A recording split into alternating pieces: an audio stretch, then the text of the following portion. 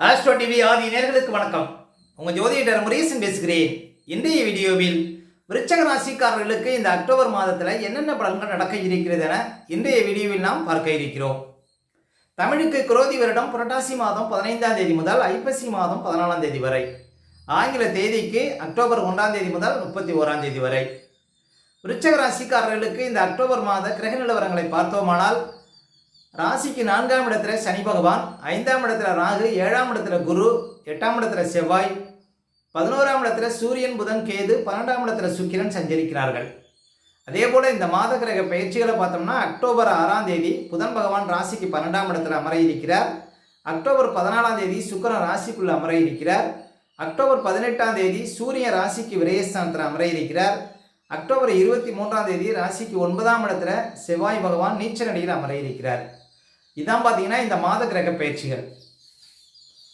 விருச்சக ராசிக்காரர்களுக்கு இந்த மாதம் எப்படி இருக்கும்?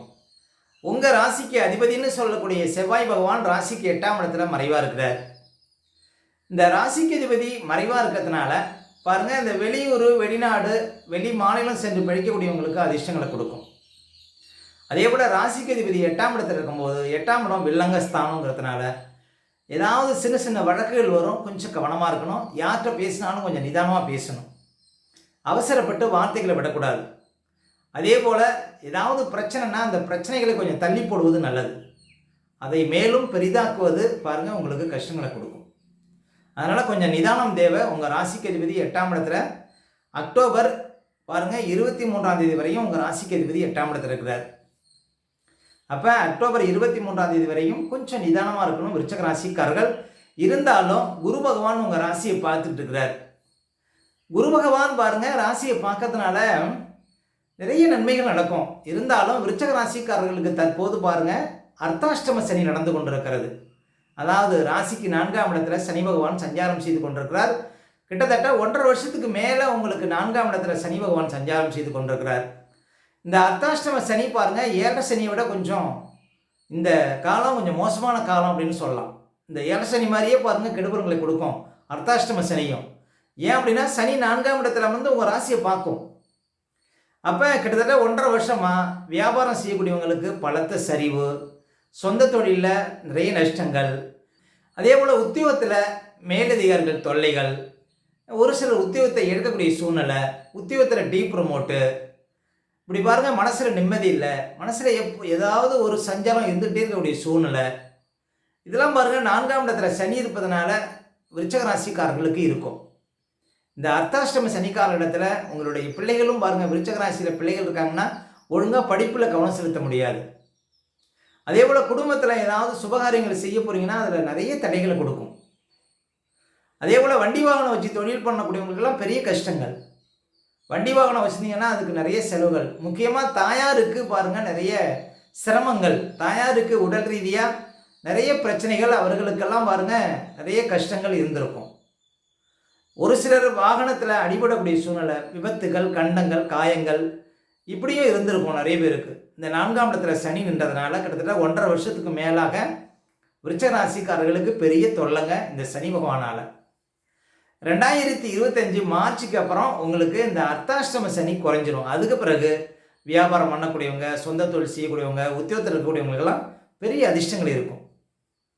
இந்த வயதானவர்கள்லாம் பாருங்கள், ஒரு 60 வயதுக்கு மேற்பட்டவர்கள்லாம் பாருங்கள் விருச்சக ராசிக்காரர்கள் 2025 மார்ச் வரையும் ஆரோக்கியத்தில் கொஞ்சம் கவனம் செலுத்தணும். அதே போல் குரு பகவான் உங்கள் ராசியை பார்த்துட்டு இருக்கிறார். அதாவது மழை போல் வந்தாலும் பனி போல் நீங்குமா குரு பகவான் ராசியை பார்க்கறதுனால. அதனால் எவ்வளோ கஷ்டம் வந்தாலும் அதை தாங்கக்கூடிய சக்தியை குரு பகவான் கொடுப்பார். இப்போ குரு பகவான் 7ஆம் இடத்துல வந்து உங்கள் ராசியை பார்க்கறதுனால பாருங்கள், நீண்ட காலம் திருமணம் ஆகாதவர்களுக்கெல்லாம் திருமணம் நடக்கும். குழந்தை பாக்கியம் இல்லாதவர்களுக்கெல்லாம் குழந்தை பாக்கியம் இருக்கும். இந்த வெளிநாடு, வெளியூர் போய் பிழைக்கக்கூடியவங்களுக்கெல்லாம் நல்ல அதிர்ஷ்டங்களை கொடுக்குங்க குரு பகவான் உங்கள் ராசியை பார்க்கறது. அதே போல் மனசில் இருக்கிற பாரமெல்லாம் கொஞ்சம் கொஞ்சமாக குறையும் உங்களுக்கு. ஏன்னா குரு பகவான் 2025 மே வரையும் உங்களுக்கு 7ஆம் இடத்துல இருப்பார். இந்த குரு பகவான் 7ஆம் இடத்துலேருந்து 8ஆம் இடத்துக்கு போகிறதுக்குள்ள ஏதாவது ஒரு மிகப்பெரிய அதிர்ஷ்டத்தை கொடுக்காமல் போக மாட்டார். அதனால் குரு 7ஆம் இடத்துல இருப்பது மிகப்பெரிய நன்மை. குரு பகவான் வந்து மிகப்பெரிய சுபக்கிரகம். அவருடைய பார்வை, நேரடி பார்வை உங்கள் ராசிக்கு இருப்பதனால குரு பகவானால் மிகப்பெரிய அதிர்ஷ்டங்களை பார்க்க போகிறீங்க. 2025 மே மாதத்துக்குள்ள. அதனால் ஏதாவது வாழ்க்கையில் ஒரு நன்மை குரு பகவானால உங்களுக்கு கிடைக்கும்.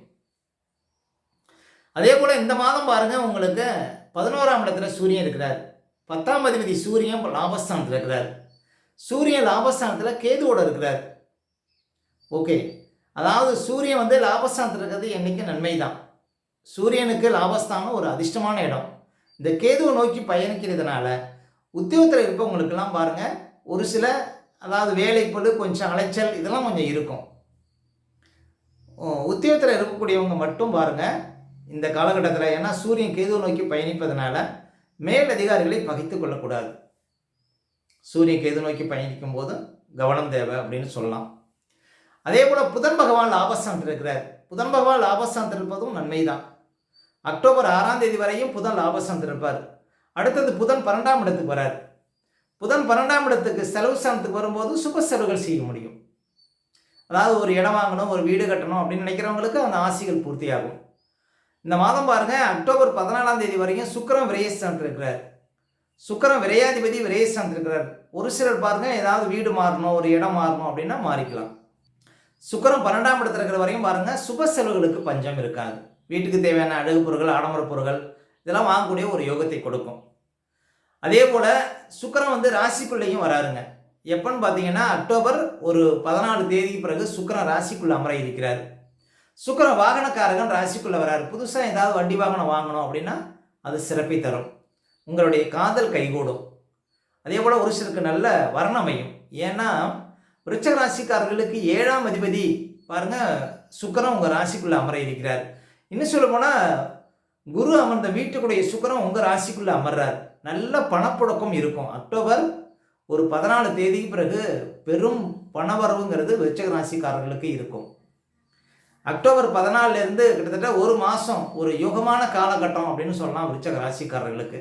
இந்த ஒரு மாதத்துக்குள்ளே மிகப்பெரிய தன வருவாய் விருச்சிக ராசிக்காரர்களுக்கு கிடைப்பதற்கு வாய்ப்பு இருக்குது. ஏன் அப்படின்னா குரு அமர்ந்த வீட்டுக்குடைய சுக்கிரன் உங்கள் ராசிக்குள்ளே சஞ்சாரம் செய்வதனால.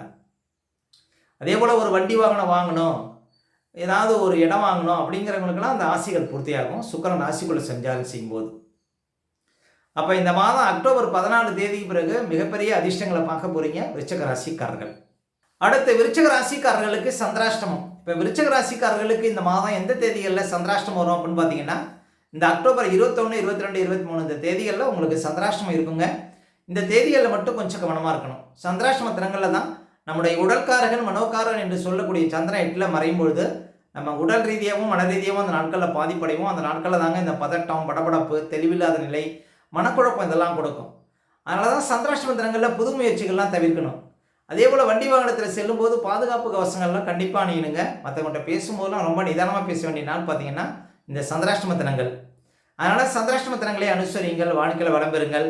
மேலும் விருச்சிக ராசிக்காரர்களுக்கு இந்த மாதம் எந்த தேதிகளில் பணப்புழக்கம் சிறப்பாக இருக்கும் அப்படின்னு பார்த்தீங்கன்னா, இந்த October 2, 3, October 7, 8, October 11, 12, October 18, 19, 20, 21, October 29, 30, 31 இந்த தேதிகளில் நிறைய பணப்புழக்கத்தை பார்க்க முடியும் விருச்சிக ராசிக்காரர்கள். ஓகே, இந்த வீடியோ பிடிச்சிருந்தா ஒரு லைக் கொடுங்க. உங்கள் கருத்துக்களையும் கீழே கமெண்ட்ஸில் பதிவிடுங்க. இன்னும் நம்ம பல வீடியோ கொடுக்க இருக்கிறோம். நம்ம சேனலை சப்ஸ்கிரைப் பண்ணுங்கள். பக்கத்தில் வரும் பெல் பட்டனை கிளிக் பண்ண. நன்றி, வணக்கம்.